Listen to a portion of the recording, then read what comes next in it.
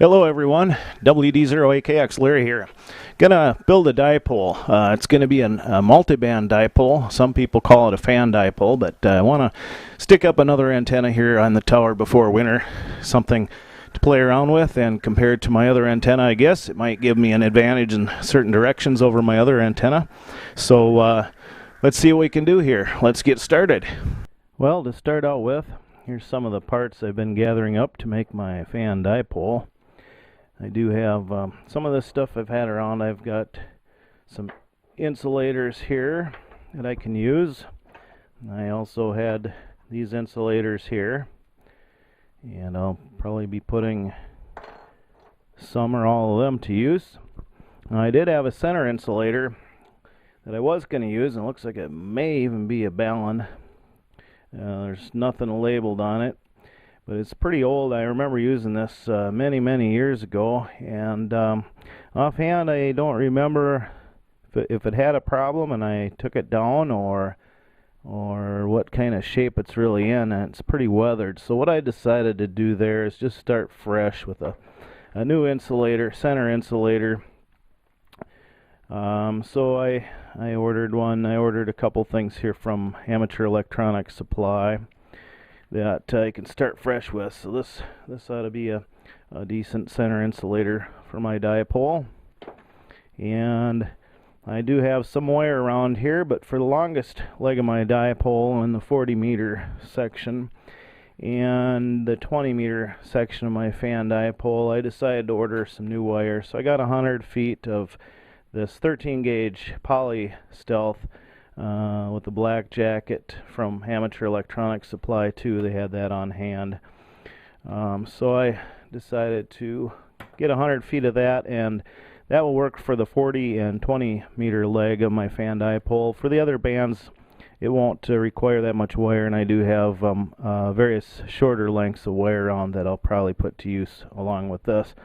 And I do have some coax seal on hand, but maybe not enough, so I ordered one more package of coax seal to help seal up any connectors. And the rope I had around here looked pretty weathered too, so I ordered some new antenna rope. I got 100 feet of 3/32 inch diameter, the double braided polyester antenna rope. So that should hold up to support the ends of my dipole. So that's what I come up with here so far. So I guess we'll start assembling the antenna and see how far I go here before I need something else. Well, the multi-band antenna that I'm going to build will look similar to this, and some people call them fan dipole, I guess, and otherwise it's a multi-band antenna. And what it is basically is just a separate dipole cut for whichever band you want to use, and they all have a common feed point, so you could run one coaxial line into your ham shack, and it's just several dipoles all connected at one common point, basically, is what it is.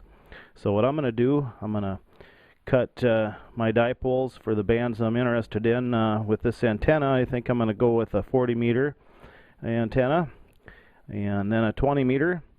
And the 40-meter will actually work on 15 meters also, since it's a third harmonic. And I'll probably add a 10-meter dipole, and I think I'm going to add a 6-meter dipole. So I don't have a 6-meter dipole up very high in the air, so I think I'm going to add a 6-meter element there. So it's a half wavelength, and to calculate the length of a dipole, you take 468 divided by the frequency in megahertz, and this is out of my ARRL antenna book here that I'm looking at right now, but that's the formula for calculating your half wavelength here, total length for whichever band you want to use. So 468 divided by your frequency, and that will give you the length of each dipole. And then you cut it in half and connect one side of the coax cable to the wires on the one side, and you connect the braid side of the cable to the other side.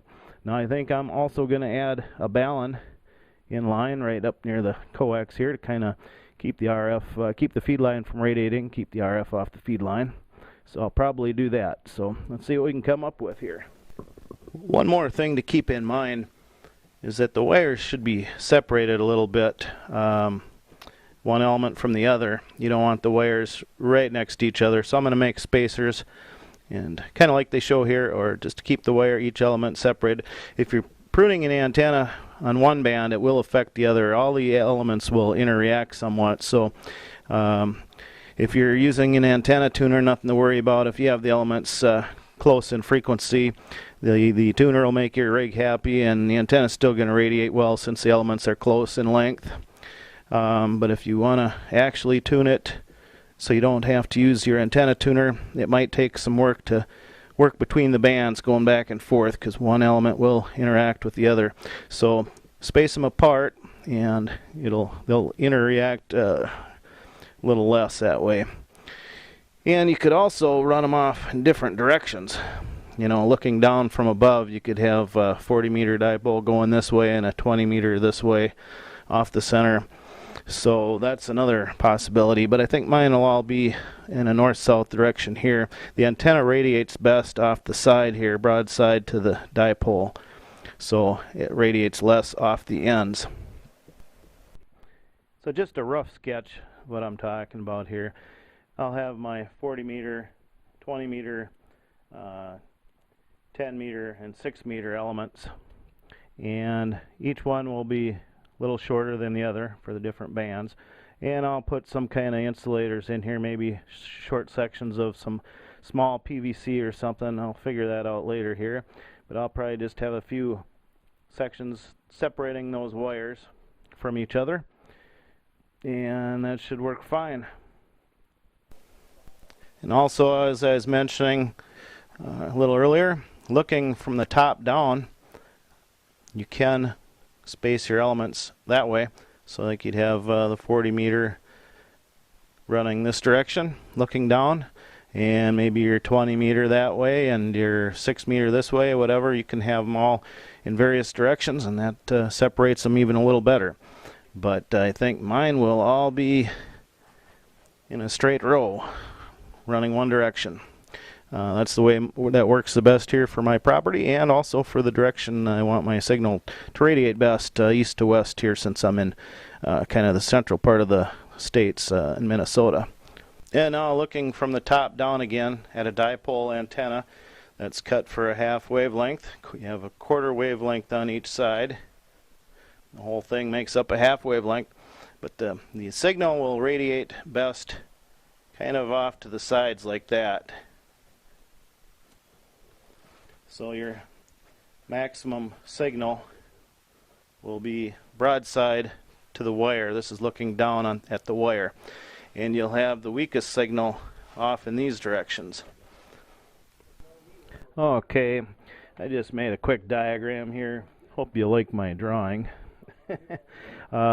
Just made a quick diagram of the dipole here with the different frequency bands on it. And down here I did the calculating for length using the frequency 468 divided by your frequency in megahertz. I decided what bands that I wanted to use here, 40, 20, 10, and 6, and the 40 will also work on 15 meters, so that's a bonus. But the 40 meter band is 7 megahertz, 20 is 14 megahertz, 10 meters is 28 megahertz, 6 meters is 50 megahertz. Well, the actual frequency I want to use is up in the band a little ways. I didn't start at the very bottom of the band, so I'm going to do my calculating like at 7.1, 14.2, and 28.2 megahertz. So using that formula, I get a total of 65.9 feet for the total length now on 40 meters here. That'll be the total half wavelength of the dipole. And you divide that by 2, so I get 32.9 feet on each side for each leg of the dipole. So from the center insulator out on each side, that would be my length. I did the same thing for 20 meters. You get 32 feet 9 inches, or 32.9 inches, excuse me there, for the total length of the 20 meter dipole, and 16.6 feet for the 10 meter total length, 9.4 feet for the total length of the 6 meter dipole. And then each leg for the 20 meter, 16.5 feet on one side, 8.3 feet on one side for the 10 meter, 4.7 feet on one leg of the 6 meter. So that's kind of how it works, how you calculate it. Now you can pick other bands, you can add whatever bands you want onto this, and you don't have to use 4 elements. You could just use 2 bands if you wanted, or you could add a 5th band. So you can mix and match, but the main thing is you have a dipole for each band that you want to use and connect them in the center. I decided to make a Ballon here, homemade Ballon for my fan dipole. And if you search in your search engine, look up ugly Ballons, you'll find several examples of these. You can build your own Ballon, save a lot of money. If you don't want to buy one, if you don't have everything on hand you need, you can always purchase one. But I happen to have a section of PVC pipe here, 2-inch diameter approximately, and about 15 inches long, just what I had on hand. So I'm gonna see if I can wind the length I need here. And what you need is, to make your Ballon, you need about 20 feet of coax cable, whatever you have. They say somewhere between 18 and 21 feet is kind of the magic length to make a Ballon. So I measured out 20 feet, and I'm going to see if I can wind that on this tube here. We'll see how I come out. So the Ballon should help kind of isolate the RF from the feed line, keep the RF from being radiated by the feed line or coming back into the shack. So that's what I'm going to try to accomplish by building the Ballon here. Alright, my Ballon is just about complete here, and I've got my cable all wound.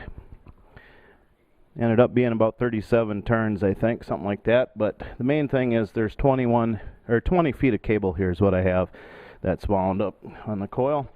And I was able to cut a little bit off the pipe.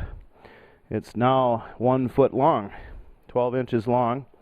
As you can see, the coil part itself takes up about 9 inches on my 2-inch diameter form here. So I was able to cut a little off. And I went ahead and put some clamps to take a little strain and kind of hold the cable in place. Now as I was winding it, I put some duct tape on in sections as I got so far, just to kind of hold it as I was going.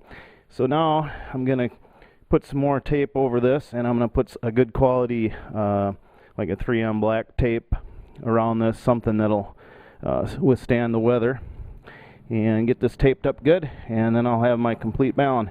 This will connect to my center insulator, and I've got a lot of cable there left to work with to come down my tower, and I'll probably end up chopping half that off or so. Here's the completed Ballon. I finished wrapping it with a good black tape, so should be fine. Alright, we'll skip ahead in time here a little bit. I got my wires cut now for each band, and then I can go ahead and solder them up to the center insulator here. And this center insulator has an SO239 connector on the bottom of it, so I can just screw my PL259 connector onto that when I'm done. But it has bare wires coming out each side, so I can solder the wires from each band here. So these are the wires for one side, and I have the other wires over here for the other side. And by the way, the longest wire here is my 40 meter wire. This next one is my 20 meter, and getting a little shorter, my 10 meter, and then my 6 meter wire. You can see it's getting fairly short there now at 6 meters.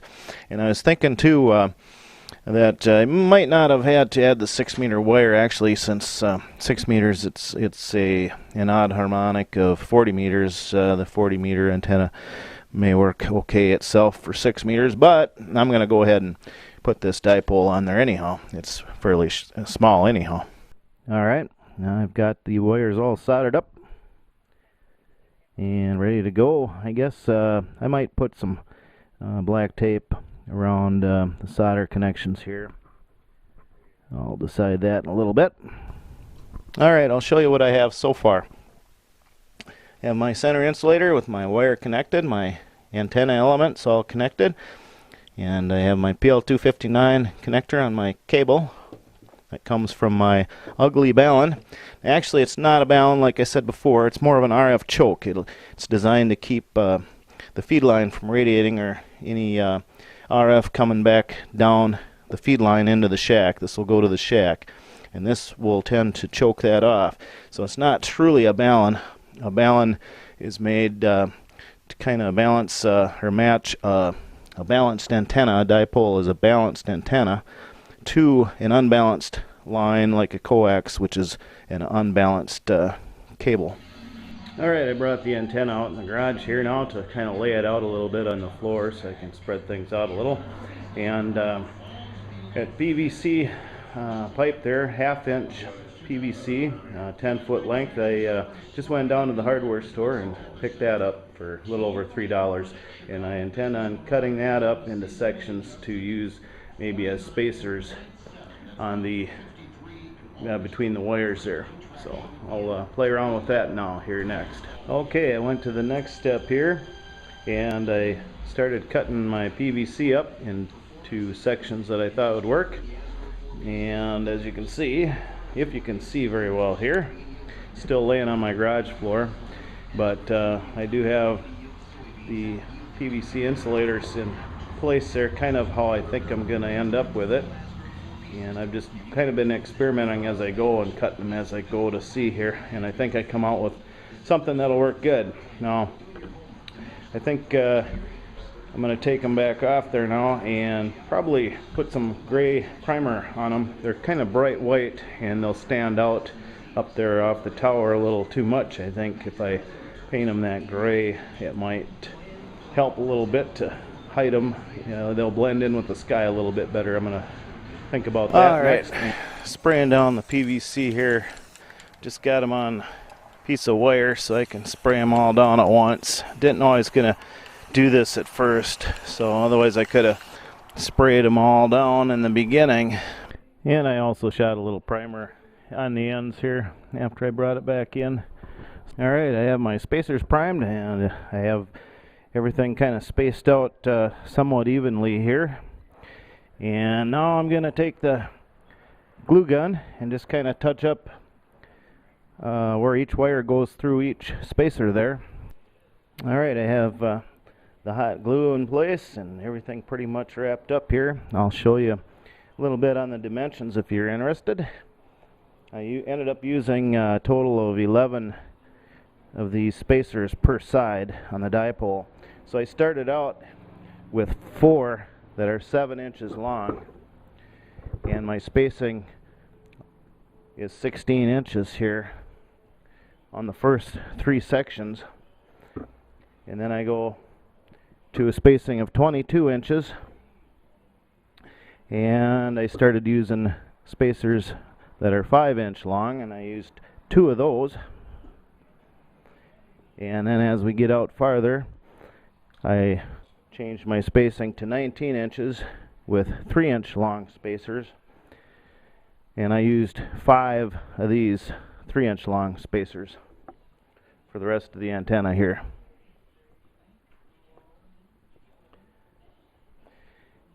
And then I did put a center, or not a center, but an end insulator on right there.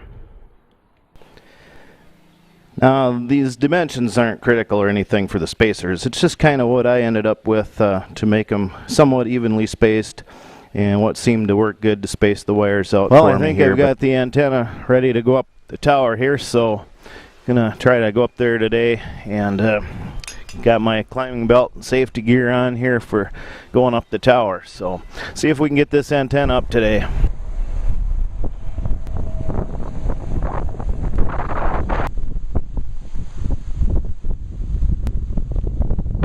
Just kind of looking around a little. Well, I don't know if you can see it very well or not. This is how I ended up going with the choke up here. Get it away from the tower a little. And yeah, look at those trees out there. Real pretty this time of year. This is looking down, and I haven't got the dipole up yet, but just kind of hooking things up here. There's looking down towards the roof and the ground.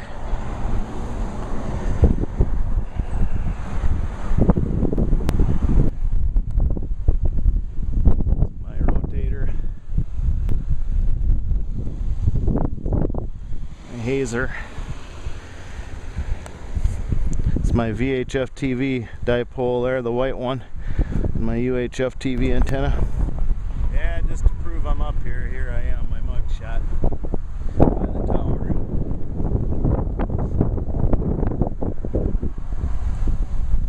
Well, there it is, completed, hanging on the tower, if you can see it.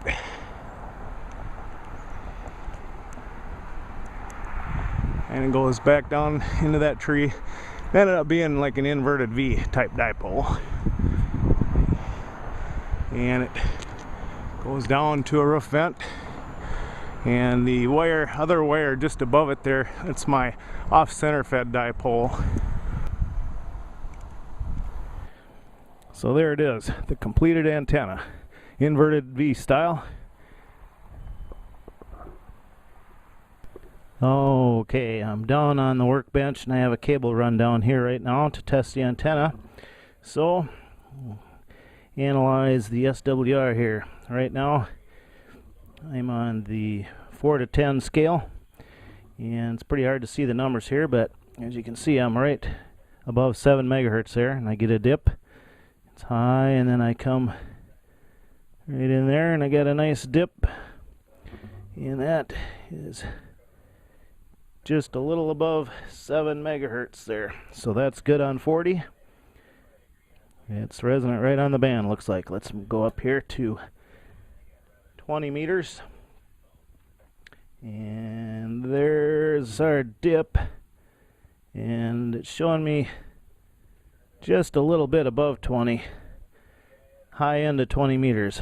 So the low end of 20, it's a little high. So I could make some adjustments, but like I say, the antenna tuner will bring that in okay with the radio. That'll be fine. It's close enough.